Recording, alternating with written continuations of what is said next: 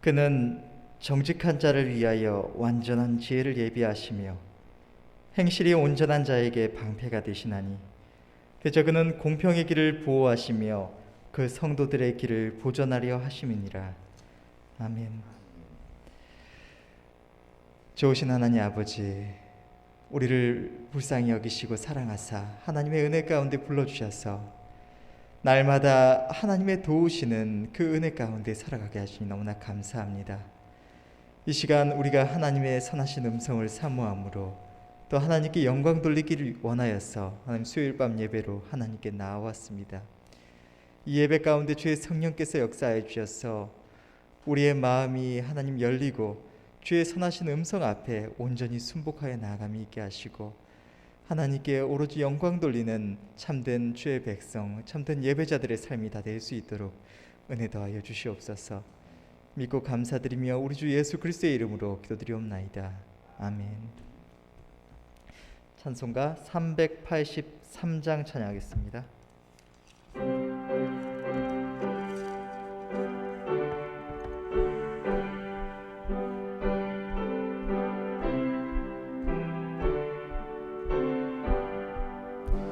환난과 핍박 중에도 성도는 신앙 지켰네. 이 신앙 생각할 때에 기쁨이 충만하도다. 성도의 신앙 따라서 죽도록 충성하겠네. 옥중에 매인 성도나 양심은 자유 얻었네. 우리도 고난 받으면 죽어도 영광 되도다. 성도의 신앙 따라서 죽도록 충성하겠네. 성도의 신앙 본받아 원수도 사랑하겠네. 인자한 언어 행실로 이 신앙 전파하리라. 성도의 신앙 따라서 죽도록 충성하겠네. 아멘. 하나님 말씀 보시겠습니다. 오늘 말씀은 룻기 1장 1절에서 18절 말씀입니다. 룻기 1장 1절에서 18절 말씀 제가 봉독하겠습니다. 사사들의 치리하던 때에 그 땅에 흉년이 드니라. 유대 베들레헴의 한 사람이 그 아내와 두 아들을 데리고 모압 지방에 가서 우거하였는데 그 사람의 이름은 엘리멜렉이요 그 아내의 이름은 나오미요 그 두 아들의 이름은 말론과 기론이라. 이니 유대 베들레헴 에브라 사람들이더라.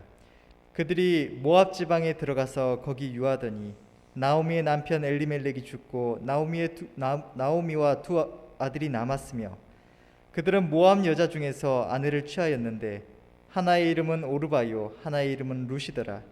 거기 거한 지 10년쯤에 말론과 기럨 두 사람이 다 죽고 그 여인은 두 아들과 남편의 뒤에 남았더라. 그가 모압 지방에 있어서 여호와께서 자기 백성을 권고하사 그들에게 양식을 주셨다 함을 들었으므로 이에 두 자부와 함께 일어나 모압 지방에서 돌아오려 하여 있던 곳을 떠나고 두 자부도 그와 함께하여 유다 땅으로 돌아오려고 길을 행하다가 나오미가 두 자부에게 이르되 너희는 각각 어미의 집으로 돌아가라. 너희가 죽은 자와 나를 선대한 것 같이 여호와께서 너희를 선대하시기를 원하며 여호와께서 너희로 각각 남편의 집에서 평안함을 얻게 하시기를 원하노라 하고 그들에게 입맞춤에 그들이 소리를 높여 울며 나오미에게 이르되 아니니이다. 우리는 어머니와 함께 어머니의 백성에게로 돌아가겠나이다. 나오미가 가로되 내 딸들아 돌아가라. 너희가 어찌 나와 함께 가려느냐? 나의 태중에 너희 남편 될 아들들이 오히려 있느냐? 내 딸들아 돌이켜 너희 길로 가라. 나는 늙었으니 남편을 두지 못할지라. 가령 내가 소망이 있다고 말한다든지 오늘 밤에 남편을 두어서 아들들을 생산한다 하자. 너희가 어찌 그것을 인하여 그들의 자라기를 기다리겠느냐? 어찌 그것을 인하여 남편 두기를 멈추겠느냐? 내 딸들아 그렇지 아니하니라. 여호와의 손이 나를 치셨으므로 나는 너희로 인하여 더욱 마음이 아프도다. 그들이 소리를 높여 다시 울더니 오르바는 그 시모에게 입맞추되 룻은 그를 붙쫓았더라. 나오미가 또 가로되 보라 내 동서는 그 백성과 그 신에게로 돌아가나니 너도 동서를 따라 돌아가라. 롯이 가로되 나로 어머니를 떠나며 어머니를 따르지 말고 돌아가라 강권하지 마옵소서. 어머니께서 가시는 곳에 나도 가고 어머니께서 유숙하시는 곳에서 나도 유숙하겠나이다. 어머니의 백성이 나의 백성이 되고 어머니의 하나님이 나의 하나님이 되시리니 어머니께서 죽으시는 곳에서 나도 죽어 거기 장사될 것이라. 만일 내가 죽는 일 외에 어머니와 떠나면 여호와께서 내게 벌을 내리시고 더 내리시기를 원하나이다. 나오미가 룻의 자기와 함께 가기로 굳게 결심함을 보고 그에게 말하기를 그치니라. 아멘. 담임 목사님 나오셔서 붙쫓은 신앙이라는 주제로 말씀 증거해 주시겠습니다. 주님 감사합니다. 오늘 수요일 밤 예배로 하나님 앞에 이렇게 예배드리게 됨을 감사합니다. 주의 성령으로 함께 해주시고 특별히 하나님 이 코로나19로 교회에서 예배를 제대로 드리지 못하고 가정에서 예배를 드리는 사랑하는 성도들의 마음속에도 주께서 크게 역사하여 주셔서 주의 말씀 들을 때에 큰 깨달음이 있게 하시고 성령의 감화와 감동으로 인하여 복을 받게 하여 주옵소서. 종의 마음과 생각과 입술을 주님이 주장하셔서 주의 크신 은혜만을 정극해 도와주시고 피차 복을 받는 귀한 시간 되게 도와주옵소서. 믿고 예수님의 이름으로 기도하옵나이다. 아멘. 오늘 이 룻기는 오늘 주제가 보여주는 것처럼 붙잡는 이 신앙에 대하여 핵심적으로 말씀을 하고 있습니다.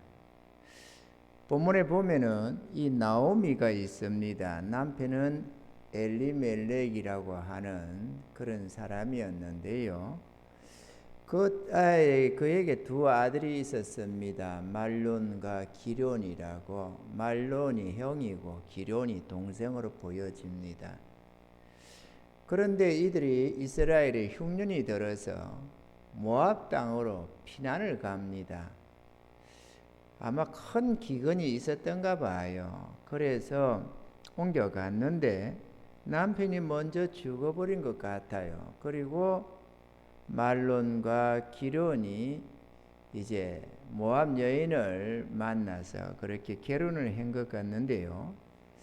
그 다음에 이 두 아들도 무슨 이유인지 그렇게 죽었습니다. 그래서 10여 년이 지난 한 10여 년쯤 된 이후에 하나님이 이스라엘 땅에 풍년을 주신 것을 들으면서 다시 되돌아오려고 합니다. 되돌아오려고 하는데 두 자부와 함께 두 며느리와 함께죠. 두 며느리와 함께 모압 땅을 떠나서 돌아오다가 이 나오미가 생각하면서 이래서는 안 되겠다. 이 청산가부 같은 이 두 며느리를 내가 이렇게 돌아갈 게 아니라 자기 고향 땅 부모에게로 돌려보내자. 그렇게 했습니다. 그래서 너희들은 돌아가라. 그동안에 죽은 자 네 남편들과 또 살아있는 나에게 은혜 베푼 걸 내가 기억한다. 돌아가라.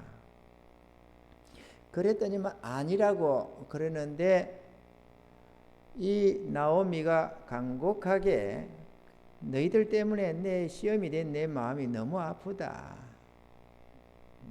그러니까 고국으로 돌아가라. 이렇게 간청을 하니까 이 오르밧 나오미는 이 룻은 말론의 아내고 오르밧은 기론의 아내, 작은 아들의 며느리로 아내로 보여집니다. 그러니까 이 오르밧은 시어머니의 간곡한 만류 속에 자기 본족에게로 돌아갔는데 이 룻은 끝까지 자기 시어머니를 붙들고 쫓아갑니다. 그 내용이 얼마나 간절한지 16절에서 18절에 잘 기록이 되고 있습니다. 그냥 시어머니의 만류에 그냥 한 번, 두 번 이렇게 사양하는 정도의 어떤 말이 아니라 결심하고 자기 시어머니를 붙잡고자 했다라는 것입니다. 내 목숨 죽기 전에는 어머니를 떠나지 않을 것입니다. 이렇게 말이죠. 그래서 어머니가 섬기는 하나님이 나의 하나님이 될 것이요 어머니가 살아계시는 그곳에 내가 살 것이며 내가 죽기 전에 어머니를 떠나지는 않겠다. 여호와께서 내게 벌을 내리시기를 원한다. 이렇게 말이죠. 얼마나 간절한 마음으로 그 시어머니를 붙잡고자 했는가 하는 것을 잘 보여준다라는 것입니다. 이 룻기서의 내용을 가만히 보면 성경마다 하나님이 기록한 목적이 있습니다. 그런데 이 룻기를 가만히 보면은 크게 두 가지로 보여집니다.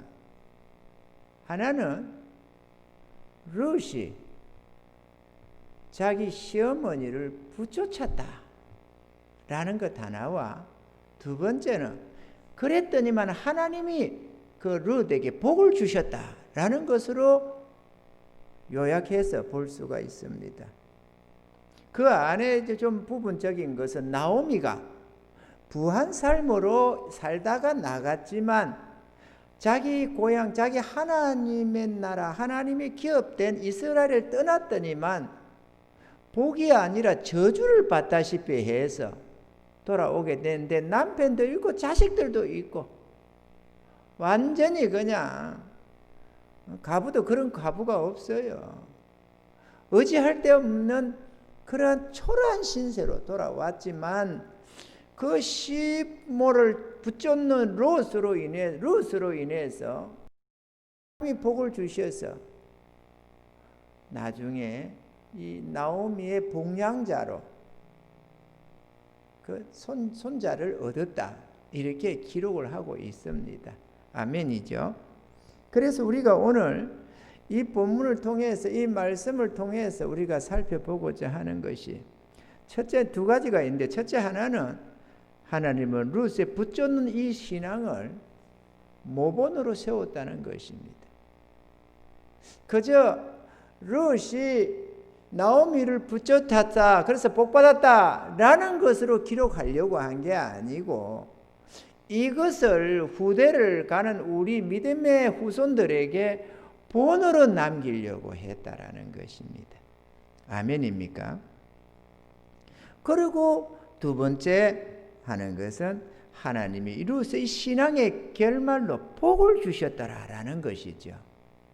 첫 번째 우리가 이것을 본으로 남기려고 했다는 붙잡는 신앙에 대해서 우리가 한번 생각해 보고자 합니다. 흔히 수많은 신앙인들이 기도를 드릴 때에 이렇게 기도합니다. 하나님, 나와 함께 해 주시옵소서. 나를 붙들어 주시옵소서. 이 기도를 몇십 번 안 해본 사람 아무도 없을 것입니다. 아마 몇백 번도 더 할 것입니다.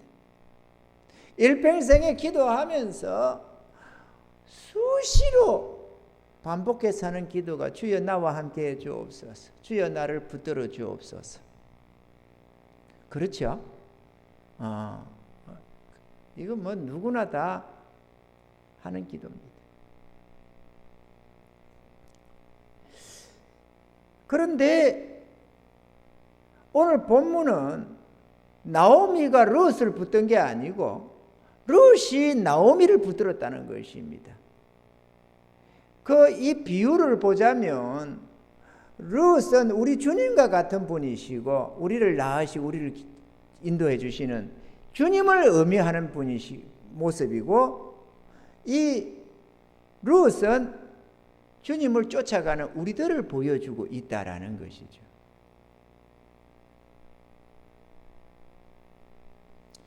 우리가 주님을 붙잡는 게 얼마나 중요한지 모릅니다. 대부분의 신앙인들의 이 신앙생활 속에서 중요하다고 생각하는 것이 뭐 예배, 예물, 봉사 뭐 이런 어떤 몇몇 가지를 생각하지, 내가 주님을 붙잡는 게 얼마나 중요한가 하는 것을 잘 못 느낀다는 것입니다. 오늘 우리 장 전도사님이 말씀 전하게 되어 있는데 오늘 뭐 컨디션이 좀 그렇다고 해서 내가 대신 전해. 그럼 나도 이거 전할 마음이 있거든요. 이 말씀이.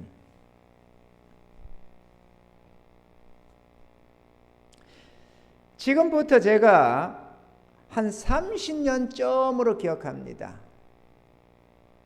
30년 전쯤 내지 한 28년, 9년쯤 됐을까요? 그 무렵입니다. 지금부터 28, 9년. 그때 당시 내가 주의 손에 붙들려서 정말 우리가 그렇게 소원하듯이 주여 나를 붙들어 주옵소서, 그렇게 소원하는 기도 제목처럼 주님이 진정 나를 붙들고 움직이셨습니다. 오늘날에 이렇게 목회자들과 대화를 하다 보면은 뭐 왕년에 은혜 없었던 사람이 없어요. 얘기를 해보면 뭐 다 왕년에 잘 나갔던 사람들 다 있잖아요. 너나 뭐 10사람한테 물어봐요. 왕년에 잘 나가지 않은 사람이 있는가? 마찬가지로 목사님들 치고 왕년에 은혜 안 받은 사람이 없다고 그래요. 대단하게 다들 그래요. 뭐 하면 이 사람도 그러고 막. 그런데 하나님이 아시겠죠. 그 중심을. 뭐 자기가 대단했다 본다고 대단한 게 아니고 하나님이 정말로 철저하게 함께 해주셨는가, 이게 중요하겠죠. 근데 정말 주님이 나와 함께 해주셨습니다. 그때 당시에는 내가 정말로 무서울 게 없었어요. 뭘 말하느냐? 뭐든지 원하면 다 받았습니다. 기도해가지고. 뭐든지. 얼마나 대단하게 기도를 해서 응답을 많이 받아왔느냐 하면 기도해서 3일을 넘기는 게 없었어요. 대단했습니다. 대단했어요.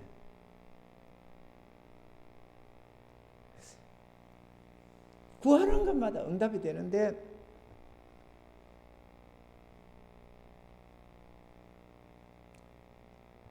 하나 생각나는 게 그게 뭔지 모르겠네. 약간 워낙에 많은 역사 속에서 살아왔는데 어떤 문제를 놓고 기도를 드렸는데 그게 빨리 응답이 안 되는 거예요. 공장 문제를 놓고 기도를 했던가? 그런데 분명히 내가 기도를 했는데 역사가 안 일어나는 거예요. 그래서 너무 신기했습니다. 내 안에, 마음에. 너무 기도해도 안 들어주는 게 있네. 이런 너무도 신기한 생각이 들 정도로, 그러니 얼마나 기도의 응답이 철저했다는 걸 이해가 할 수 있겠죠. 아니 왜 안 들어주시지? 이렇게 너무 신기한. 그런데도 그 2, 3일 있으니까 그게 응답이 되더라고. 되어주시더라고. 아주 신기한, 그럴 정도로, 신기해 할 정도로 기도해도 응답이 안 되는 게 있네. 이럴 정도로 응답이 철저하게 됐었습니다. 그런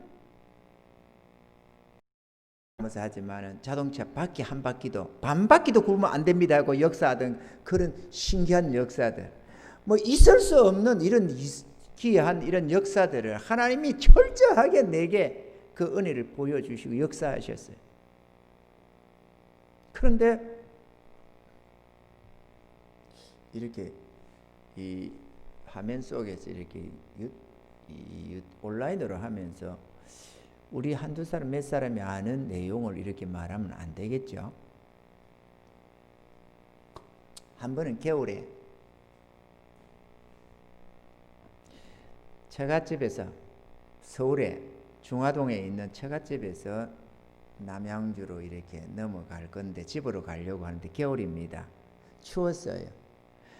우리 호인이가 애기였고 그래서 내 아내 사모가 덩키도 작은데 아기를 업고 또 처갓집에서 준 게 있어서 밖에수에 뭘 한 것을 들고 그렇게 해서 이제 집으로 오려고 밤에 8시가 밤 8시가 넘었을 겁니다. 춥잖아요. 그러니까 오려고 하는데 차가 빨리 안 잡히죠. 택시를 타고 가라고 돈을 줘서 택시비를 줘서 타고 가려고 하는데 그러다가 버스를 타려면 그 바깥에 또 저 밑에 또 내려가야 되고 뭐 이래저래 안 돼. 밤에 춥고 해서 택시비를 줘 타고 가려고 택시를 타려고 기다리는데 빨리 안 오는 거 있죠. 그래서 기도를 했습니다. 하나님 택시를 보내주시옵소서. 기도를 한 게 적시 또 왔어요. 그러니까 빈 차를 탔습니다. 타고 이제 남양주 쪽으로 넘어가는데 도농리라는 곳으로 이제 사는 집으로 넘어가는데 마음에 감사한 생각이 들어요. 그래서 기도를 또 했습니다. 뒤에 앉아서 하나님 기양에 가는데 같이 이렇게 동성할 수 있도록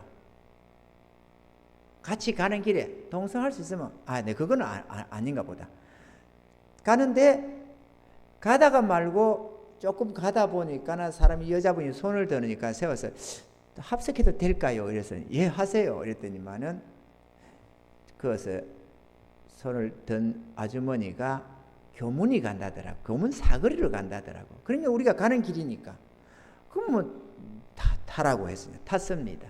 그래 가는데 우리는 교문 사거리를 거쳐 쭉 일직선으로 이렇게 망우리 고개를 넘어서 교문 사거리를 거쳐 쭉 곧장 지나갈 건데 이 아주머니가 가까이 거진 가니까 하시는 말씀이 교문 사거리 자기가 조금 들어가면 되는데 조금 돌아서 가면 안 되겠냐, 좀 들어갔다가 좀 내려가면 안 되겠느냐는 거예요. 이 아주머니가 짐이 있더라고.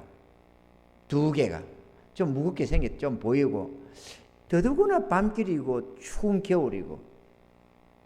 그래서 제가 기사분에게 그랬습니다. 아저씨 좀 돌아가도 괜찮습니다. 그 메타기만 좀 빼주면 되니까 좀 갔다 가시죠. 이랬습니다.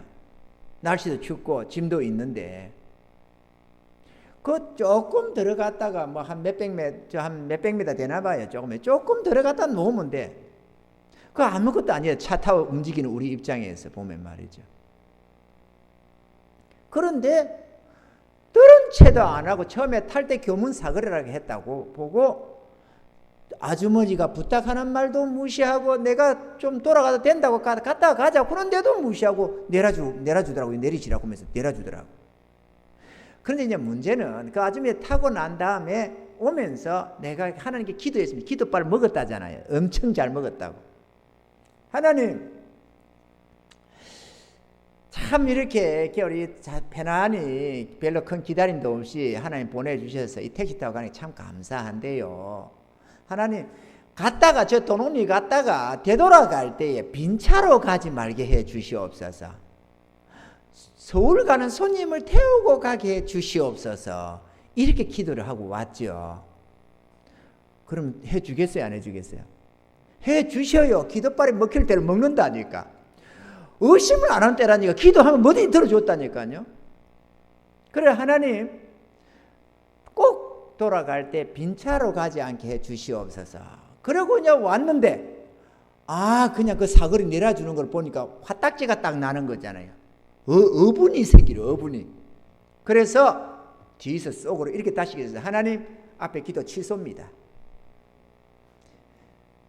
갈 때 돌아갈 때 빈차로 가서 상관없으니까 빈차로 안 가게 해달라고 하던 거 내 그 기도 취소합니다. 이렇게 강력하게 내가 기도를 했습니다.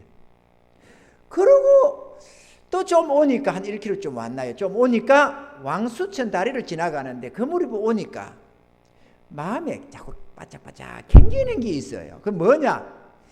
네 이웃을 내 몸같이 사랑하라. 네 이웃을 내 몸같이 사랑하라. 자꾸 이게 생각이 나는 거 있죠, 마음에. 그 뭔 말입니까? 다시 말하면 내가 택시 기사라면 비록 그렇게 햇길었으니 되돌아갈 때 빈차로 가고 싶겠어요? 물론 돌아가는 넘어가는 왕복차비는 내가 주고 가는 걸로 하고 있습니다. 당연히 그는 주는 거니까 지역을 넘어서 가는 거는 더 주잖아요. 그걸 주기로 하고 가는 거니까 당연히 내가 줄 겁니다. 그러지만 또 올 때 합성거주도 했습니다. 그러면 이 사람은 남았어요, 이미. 그렇지만 내가 택시 기사라면은 돌아갈 때 빈차로 가고 싶겠느냐 이거예요. 내가 참 성경대로 내가 그러잖아요, 그죠? 우리 하나님이 나한테 그렇게 교훈을 시키는 바짝바짝 이래가지고 내 이웃을 내 몸같이 살아라, 내 이웃을 내 몸같이 살아라 마음이 자꾸 걸려오는 거 있죠.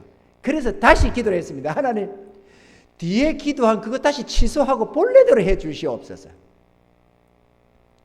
그랬는데 이제 이 다음에 이번에는 이제 좀 문제가 생긴 거죠. 왜 자꾸 내가 뒷반죽을 진짜 하락했다가 하지 말라고 했다가 다 취소했다가 취소에 취소 들어가고 이러니까 뭐 좌우전이 복잡해졌잖아요. 그래서 하나님 앞에 기도를 했습니다. 하나님 내가 앞에는 내가 괜찮겠는데 지금 와서 보니까 되돌아갈 때 저 가다가 손님이 탔는지 안 탔는지 내가 알게 뭡니까? 하나님 내 기도를 들어줬다는 증거를 내가 봐야 안 되겠습니까? 그러니까 내 보는 앞에서 타고 가는 사람, 서울 나가는 사람을 타는 걸 내 눈으로 확인을 해야 되겠다니까 확실하게 타게 해 주시옵소서. 그렇게 기도를 한 거예요. 이제 확인해야 되겠다 이거지. 이제 하나님 못 믿겠으니까 돌아갈 때 태워갔다고 해서 내가 어떻게 아느냐 이거지. 내 눈으로 보게 해달라 이거예요. 그런데 믿습니다. 아멘 하고 나니까 또 마음에 캥기는 거야. 그 가면은 우연히 서울 가는 사람이 탈 수 있잖아요. 그게 하나님의 응답이라는 거를 어떻게 아느냐 이거죠. 혹시나도 사람이 탈 수 있잖아요. 그래요, 안 그래요?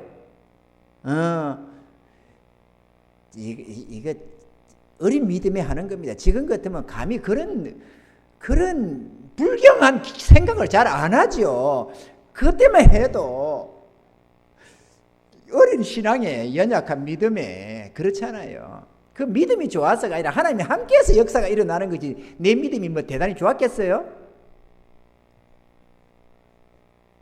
그래가지고 내 눈으로 확인해야 되겠습니다. 타게 해주죠. 근데 아니 이게 우연히 탈 수 있다 이거야. 그래서 다시 기도를 더 강력하게 했습니다. 하나님 내가 내리는 곳에서 딱 타게 해주세요. 한 바퀴도 굽으면 안 됩니다. 딱 내리는 곳에서 타게 해주세요. 그래야 내가 확실하게 하나님이 했다는 걸 알겠습니다. 이 정도면 때깔입니다. 이거는 한 바퀴도 안 됩니다. 내리는 그곳에 딱 타게 해 주시옵소서. 믿습니다. 아멘. 내 기도가 얼마나 잘 먹힌다는 걸 내가 잘 알거든요. 그래 가지고 억지를 딱 부리고 가는데 원래는 거기 가면은 도농리 들어가면 3번 종점이 있었어요. 원래는 우리가 막 골목까지 차를 택시를 끌고 잘 안 다녀요. 그 남 불편하게 패나 잡시고 골목까지 들어가는 사람이 아니에요. 우리가 체질적으로. 그래서 다른 데 같으면 딱 3번 종점에 딱 내릴 건데 그리고 한 100m 좀 걸어가면 되는 길이니까 그냥 걸어가면 될 건데 3번 종점 밤늦은 시간이지만 거기는 손님이 있을 수 있다고요. 버스 기다리다가 추우니까 택시 탈 수 있는 여지가 있는 거야. 그래서 평소에 안 하던 짓을 끄끄락 했습니다. 골목으로 들어가자 했어요. 들어갑시다. 딱 꺾었는데 그 앞에 깜깜한 골목길이 딱 깜깜한 데 들어서는데 사거리 조그마한 골목길입니다. 거기에 딱 들었는데 본다 보니까 아무도 깜깜한 거야. 여기서 세주세요 이래서 급하게 여기서 세주세요. 없는 그곳에 세야 되잖아요. 사람이 있는 곳에 사람이 탈 수 있잖아. 하나님이 전능하심을 보려고 하니까 깜깜하게 사람만 안 보면서 내가 막 급히 불길을 잡아 여기서 세워주세요 이랬습니다. 그러니까 아저씨가 여기요 이러면 팍 세우더라고. 워낙 강력해. 여기요 이럴 때만 꽉 세우더라고. 그래가지고 돈을 딱 지불하는데 돈을 지불하면 문을 여는 순간에 깜깜한 골목 안에 사는 아주머니가 치맛바람이 휘날리면서 날라놓읍니다. 택시! 이러면서 서울 가지요! 이러면서 서울 가세요! 이러면 택시! 이러면서 날라오더라고. 택시! 이러면서 택시! 이러면서 날로 뛰어오더라고. 날라오더라고. 내가 다치기도 전에 잡아요 손을. 와 이렇게 날라온 거 처음 봤습니다. 그럼 내가 물었습니다. 아주머니 어디 가세요? 서울 간다더라고. 속으로 할렐루야 이런 반바퀴도 안 구불렀어요. 서자말자 문도 닫히기 전에 아주머니가 골목에서 날라놓으면서 택시.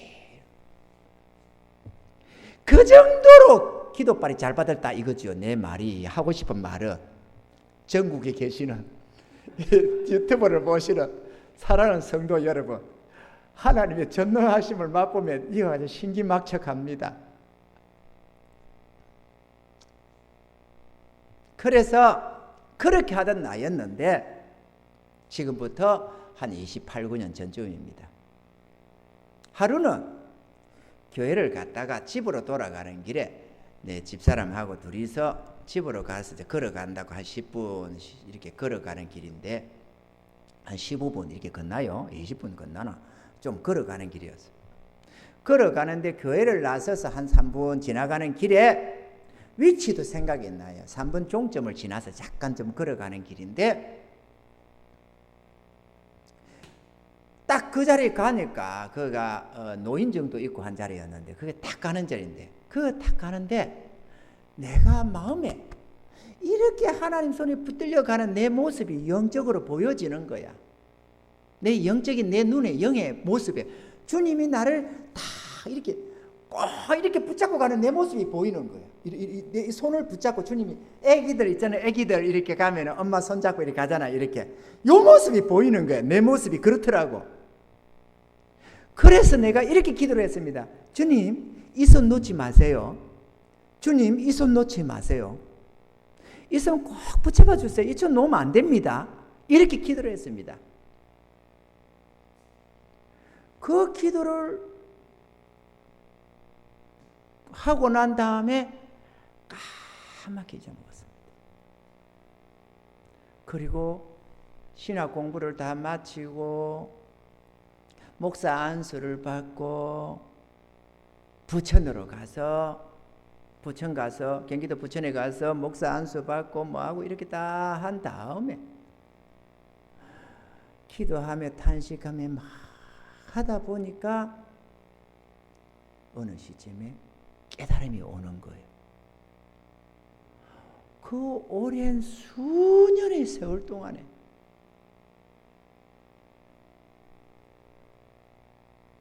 이 손 놓지 말라던 그 주님이 내 손을 놔버렸다는 걸 말이에요.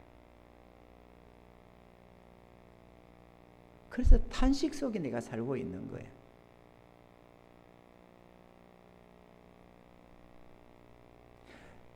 내가 만약에 그때 그 기도를 안 했더라면 그때 그 영적인 그 상황을 환상을 보면서 환상이 아닙니다. 그 눈에 보여지는 환상이 아니라 영적으로 그렇게 둘이 걸어가는데 내 모습이 그렇게 보여지더라고.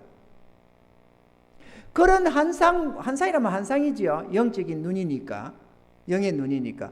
그 환상과 그 기도를 그 자리에서 안 했더라면 그동안에 내가 주님을 잊어먹고 살았고 주님이 나를 붙들었던 그 손을 놔버렸었구나 라는 것을 깨닫지 못했을 겁니다. 그 기억이 있으니까 생각이 난 거예요. 주님이 나를 놔버렸다는 거를. 그래서 제가 막 기도했습니다. 하나님 내 손을 왜 놨습니까?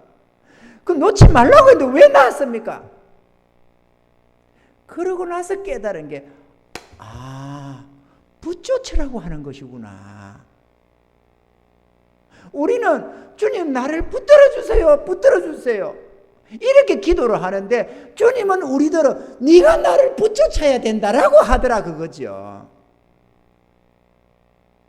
성도들이 자기가 주님을 얼마나 붙여쳐야 된다는 걸 생각을 안 해요. 수많은 목회자들과 성도들이 이 중요성을 못 느낀다 그거예요. 안타깝게도 너무 몰라요. 자기 마음대로 하면서 기도만, 주님이 나만 붙들어 달라는 거야. 나는 끌려가겠다는 거야.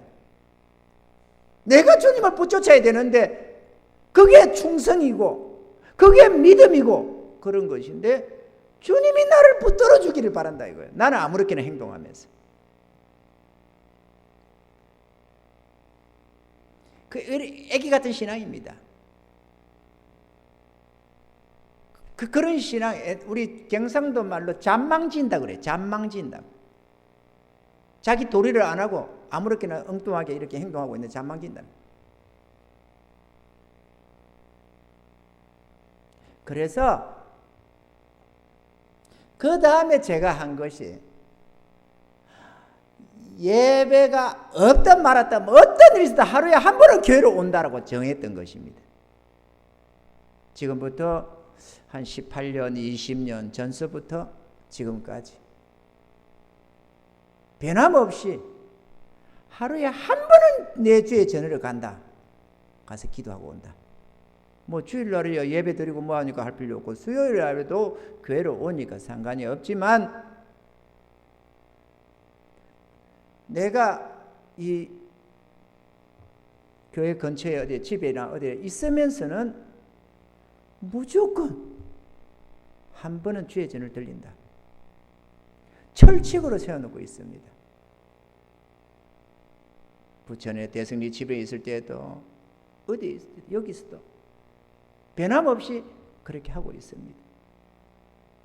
1년에 교회 안 노는 때는 정말로 이 한 손가락에도 꼽지도 않을 정도의 어떤 특별한 어떤 사연이 아니면은 무조건적으로 교회는 나옵니다. 왜? 주님을 붙잡는 이 마음 변치 않으려고. 그게 그렇게 중요하다는 걸 잘 압니다, 저는. 주님은 우리가 주님 앞에 충성하기를 바라지 주님이 사랑으로 우리를 끌어안고 가기를 원하는 건 아닙니다. 그걸 보여주려고 루기가 있는 거예요. 이해가 되시면 하면 깨달으시기 바랍니다.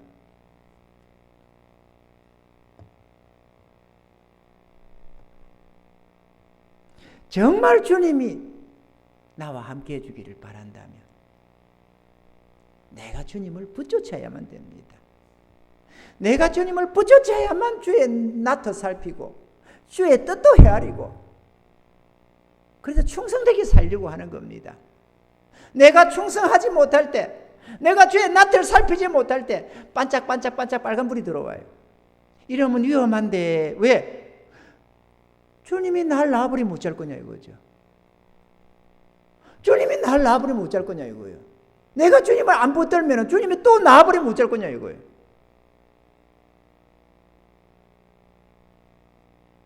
그래서 주님을 잃고 싶지 않거든. 나는 주님과 함께 하고 싶은 거야. 여러분 남녀 사이도 부부 사이도 붙잡는 쪽이 있고 아닌 쪽이 있을 수가 있습니다. 붙잡는 쪽은 항상 상대방의 낯을 살핍니다. 마음을 쏟기도 하고 애정 표현도 하고 그러면서 끊임없이 저를 향해 쫓아갑니다. 그런데 그렇지 않은 분들이 많이 있어요. 그 반대쪽에 있는 사람은 상대방이 나를 붙여주니까 나는 별 그게 없어요. 상대방의 낯을 별로 안 살펴요. 상대방의 마음을 별로 헤아리질 않아요. 쉽게 말해서. 저가 마음이 어쩐다 저쩐다 별 생각 안 합니다. 왜? 나는 붙여줄 필요를 못 느끼는 거예요. 왜? 상대방이 나를 붙여줘 주니까. 이해가 되시면 하면 상대방이 나를 죽자 살자 좋다고 쫓아다니는데 내가 붙여줄 이유를 못 느끼는 거죠. 이해가 되십니까? 주님과 우리 관계도 똑같습니다.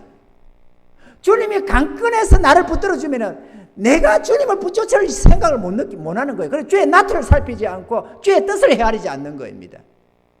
내가 잘못해도 주님의 징계가 올까 걱정도 안 해. 왜? 주님이 강권에 붙잡아 가니까.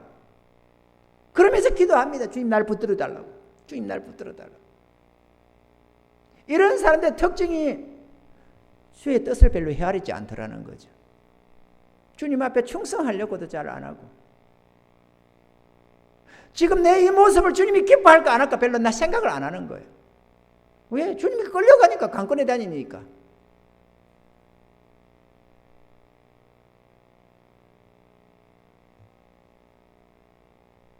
주님을 붙여줘야 됩니다. 아멘이죠. 붙여지 않아도 된다고 생각했던 이유 중에 하나가 처음에는 구해도 다 주시니까, 모든 필요를 그때그때 철저하게 공급해 주시니까 뭐 붙여쳐야 된다, 뭐 한다 그런 개념이 별로 없었어요. 필요하면 다 주신다. 그런데 나중에 깨달아졌습니다. 서서히 기도의 응답도 떨어지면서 주님이 이 은혜를 깨닫게 해주시려고 나에게, 그리고 자기 백성들에게 이 은혜를 전해주게 하려고 그거를 교육을 시키려니까 얼마나 철저하게 나를 붙들고 다녔고 또 얼마나 철저하게 나를 내버려 뒀는가를 이해하겠죠? 나를 내버려 두셨는데 얼마나 처절했는지 모릅니다. 3년, 5년, 7년을 깜깜한 끝도 안 보이는 터널을 통과하는 것 같았어요. 영적으로. 집에 가만히 있어 입이 부르텄습니다. 입이 부르터리는 거예요. 끙끙 앓려요. 어디 하나 아픈 것도 없는데도 이 영적인 이 시련 속에서 끙끙 앓리는 겁니다. 정말로 힘들었습니다. 처절하게 힘들었습니다.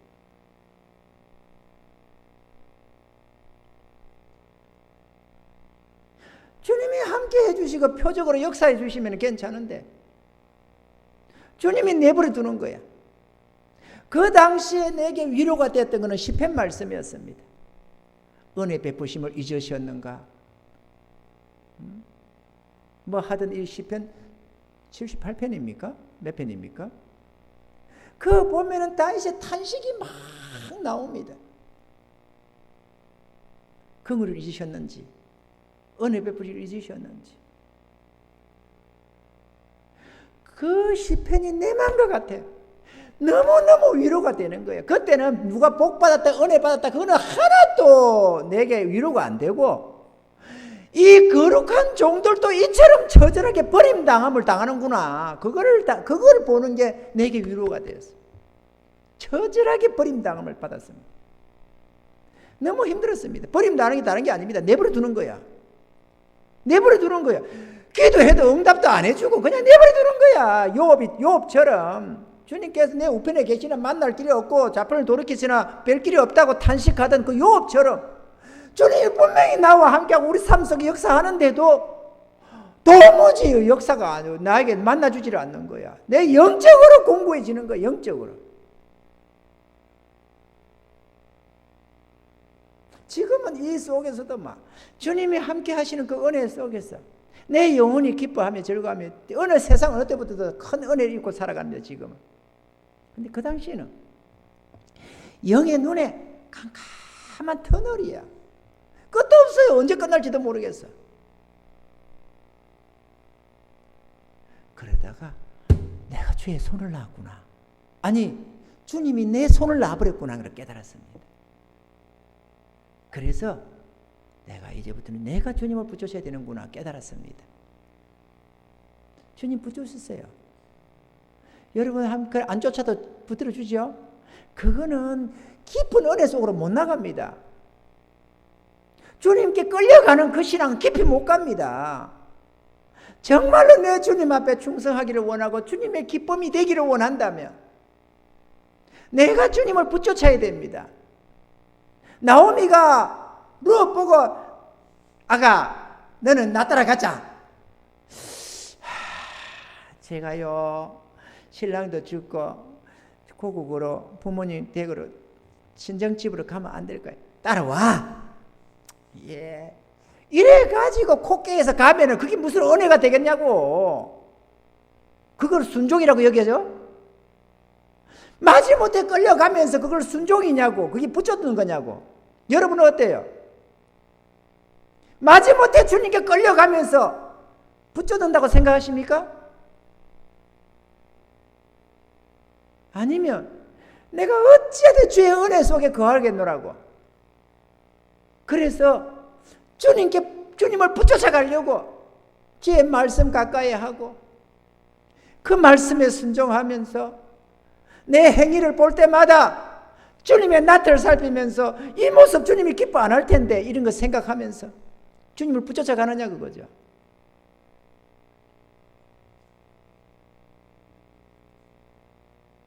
주님은 행한 대로 우리에게 갚아주시려고 합니다. 둘째로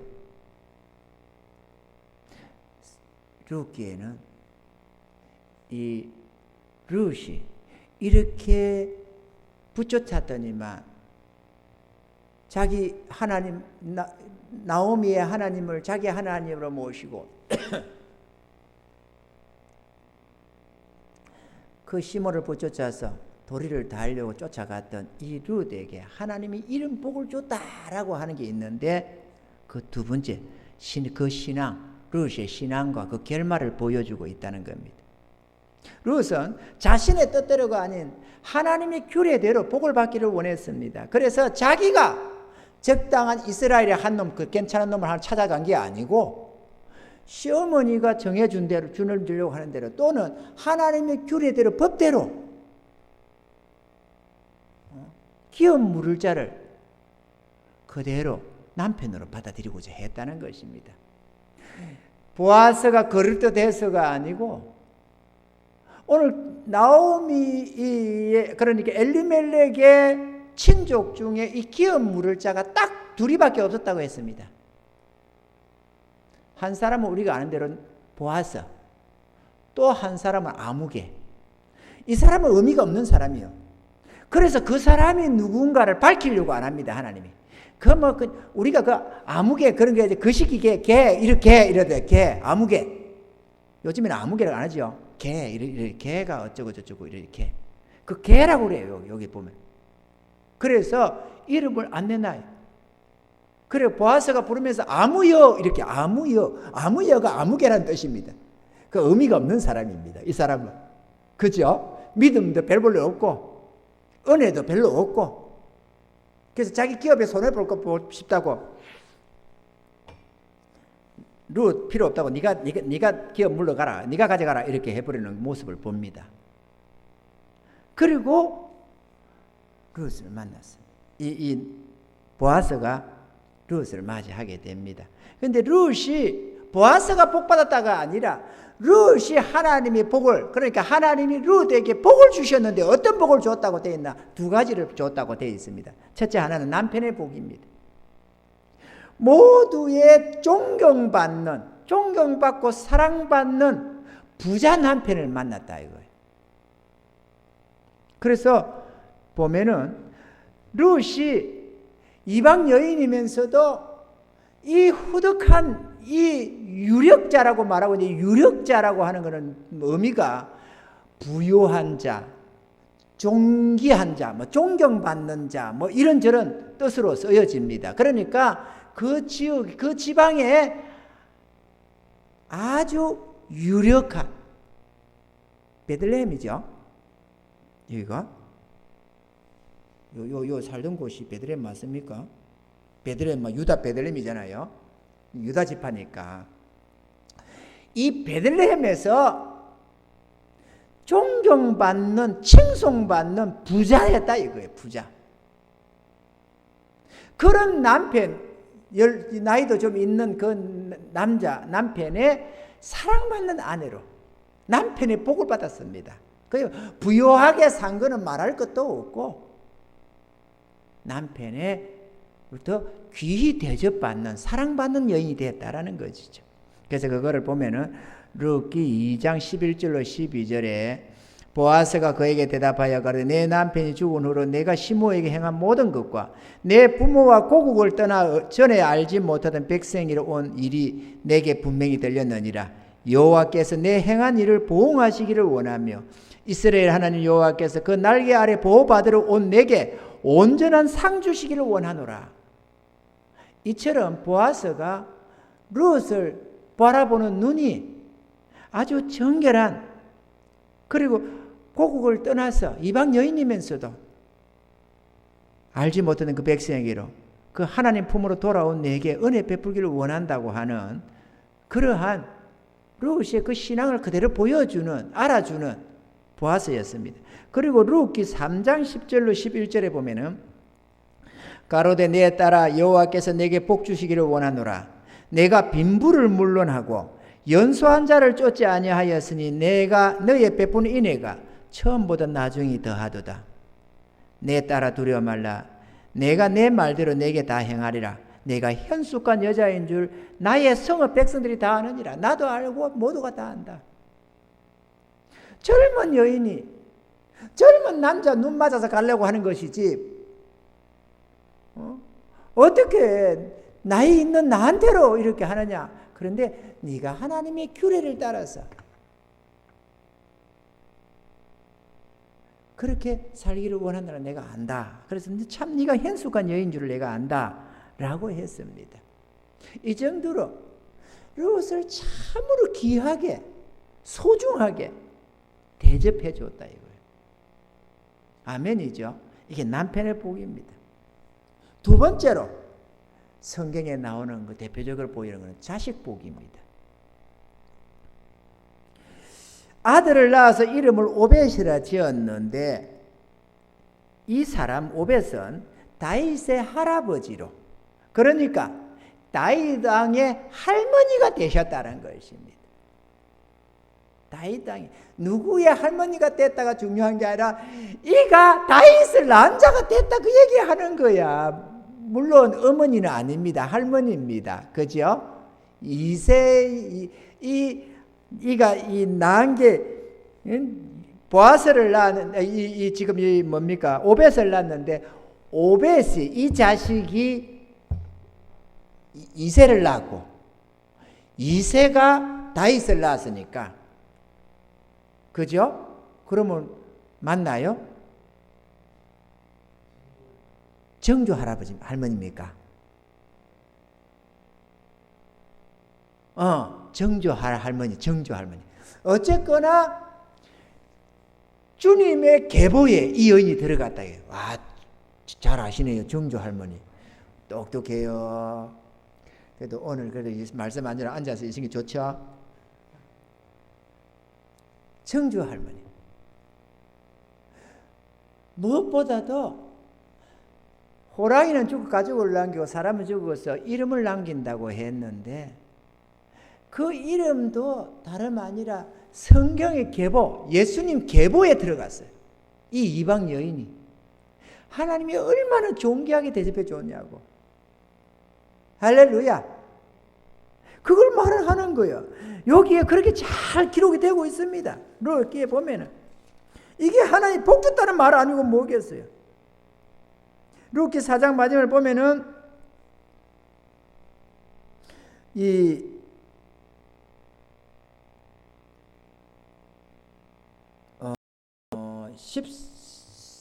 14절부터 한번 룻기 4장 14절부터 쭉 한번 볼게요. 여인들이 나오미에게 이르되 찬송할지로다. 여호와께서 오늘 내게 기업 물을 자가 없게 아니하셨도다. 이 아이의 이름이 이스라엘 중에 유명하게 되기를 원하노라. 이는 내 생명의 회복자시며 내 노년의 봉양자라. 곧 너를 사랑하며 7 아들보다 귀한 자부가 낳은 자로다. 지금 나오미가 하는 소리입니다. 나오미가 아기를 취하여 품에 품고 그의 양육자가 되니 그 이웃 여인들이 그에게 이름을 주되 나오미가 아들을 낳았다 하여 그 이름을 오벳이라 하였는데 그는 다윗의 아비인 이새의 아비였더라. 지금 이거 칭찬이죠. 복 줬다는 지금 말이죠. 그 다음에 또 이었습니다. 베레스의 세계는 이러하니라. 베레스는 헤스론을 낳고 헤스론은 람을 낳고 람은 아비나답을 낳고 아비나답은 나손을 낳고 나손은 살몬을 낳고 살몬은 보아스를 낳고 요 보아스는 오벳을 낳았어.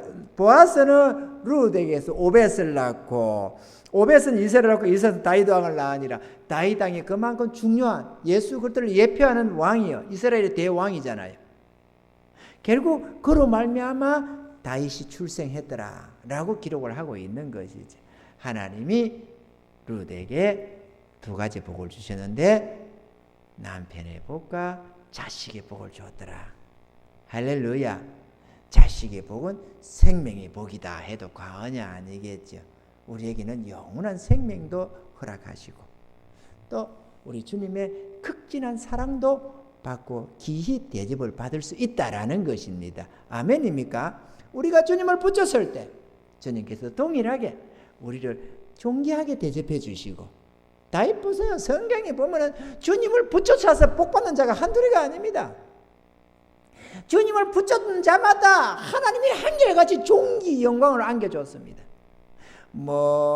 우리가 성경에 보면 다윗을 빗돌에 다윗도 그랬습니다. 여호사밧 왕도 그랬습니다. 히스기야 왕도 그랬습니다. 한결같이 주님을 붙잡는 자들에게 복을 주시는데 넘치도록 복을 주었다고 성경이 기록하고 있습니다. 극에 달했더라. 이렇게 부와 기가 극에 달했더라. 존귀 있게 해주시는데 주님을 붙잡는 자마다 그랬어요. 할렐루야. 그럼 우리가 주님 붙였으면 동일하게 반드시 복을 받는다. 할렐루야. 그걸 보여주려고 룻기를 기록한 거예요. 그럼에도 이거 쓸 필요가 없어요. 룻기를 읽으실 때마다 주님을 붙잡는 자들이 이런 복을 받는구나. 우리 하나님은 이 룻을 통해서 우리가 주님을 얼마나 붙여줘야 된다는 것, 그리고 그렇게 하는 자마다 복을 받는다는 것을 우리에게 알려주시려고 하셨구나. 이거를 깨닫는 은혜가 있으셔야만 될 줄로 믿습니다. 할렐루야. 결론적으로 하나님은 우리도 룻과 같이 주 하나님을 붙잡는 신앙이 되기를 원하신다는 것입니다. 끌려가는 신앙이 아니라 붙잡는 신앙. 우리 모두가 이 룻을 본받는 은혜가 있기를, 그리고 하나님의 이 우리를 훈계하시는 이 훈계를 받아들일 수 있기를 주의 이름으로 축원합니다. 주님 감사합니다. 고맙습니다. 우리 하나님 아버지 은혜와 사랑을 감사합니다. 오늘날에 수많은 사람이 주님을 인정하고 주님을 예배를 드립니다. 그러나 주님을 붙잡는 신앙은 참으로 극소수인 걸로 생각이 됩니다. 사나 죽으나 주의 것으로 주님을 기쁘시게 하며 주님을 섬기기를 소원해서 주님을 붙잡아가는, 그리고 주의 낯을 살피며 주님을 기쁘시게 해드리는 그런 우리들의 신앙 되기를 원합니다. 주의 은혜 내려주셔서 내 주의 뜻에 순복해가는 주의 백성들, 이렇게 주님을 붙잡는 주의 백성들에게 하나님 복과 은혜를 내려주시고, 그래서 만 백성 앞에 주여 주님을 쫓는 자들이 받는 복을 모두가 볼 수 있도록, 그래서 우리 하나님께 영광 올려드릴 수 있도록 은혜 더하여 주시옵소서. 믿고 감사함을 드리며 예수님의 이름으로 기도하옵나이다. 아멘. 찬송가 217장입니다.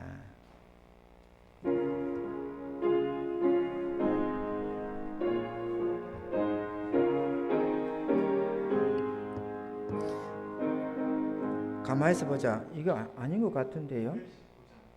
예? 내가 잘못했네요. 내가 위에 거로 봤습니다. 미안해요.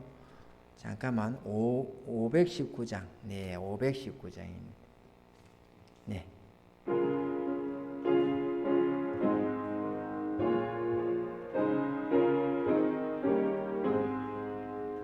십자가를 질 수 있나 주가 물어보실 때 죽기까지 따르오리 저들 대답하였다. 우리의 심령 주의 것이니 당신의 형사 만드소서. 주 인도 따라 살아갈 동안 사랑과 충성 널 바치오리다. 너는 너는 기억하고 있나 구원받은 강도를 저가 회개하였을 때 낙은 허락받았다. 우리의 심령 주의 것이니 당신의 형상 만드소서. 주 인도 따라 살아갈 동안 사랑과 충성 널 바치오리다. 주께 내 혼 맡기겠나 최우성님 믿으며 걱정 건시 어두운 그늘 너를 둘러 덮을 때 우리의 심령 주의 것이니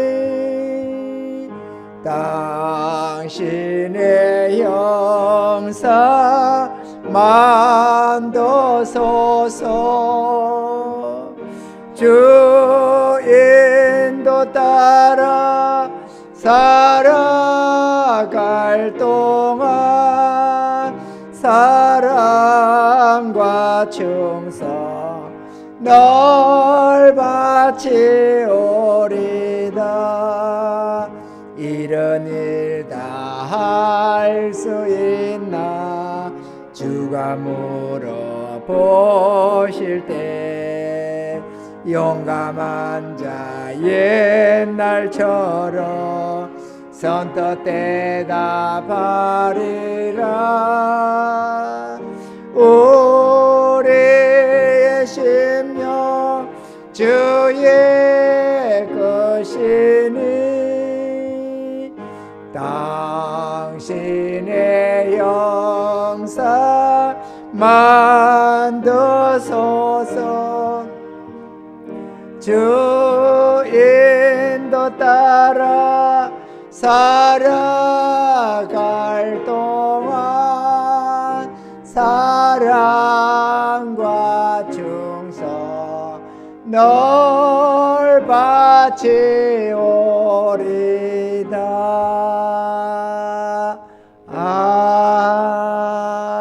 아멘. 주기도를 마칩니다. 하늘에 계신 우리 아버지여, 이름이 거룩히 여김을 받으시오며 나라에 임하옵시며 뜻이 하늘에서 이룬 것 같이 땅에서도 이루어지이다. 오늘날 우리에게 일용할 양식을 주옵시고 우리가 우리에게 죄 지은 자를 사하여 준 것 같이 우리 죄를 사하여 주옵시고 우리를 시험에 들게 하지 마옵시고 다만 악에서 구하옵소서. 대개 나라와 권세와 영광이 아버지께 영원히 있사옵나이다. 아멘.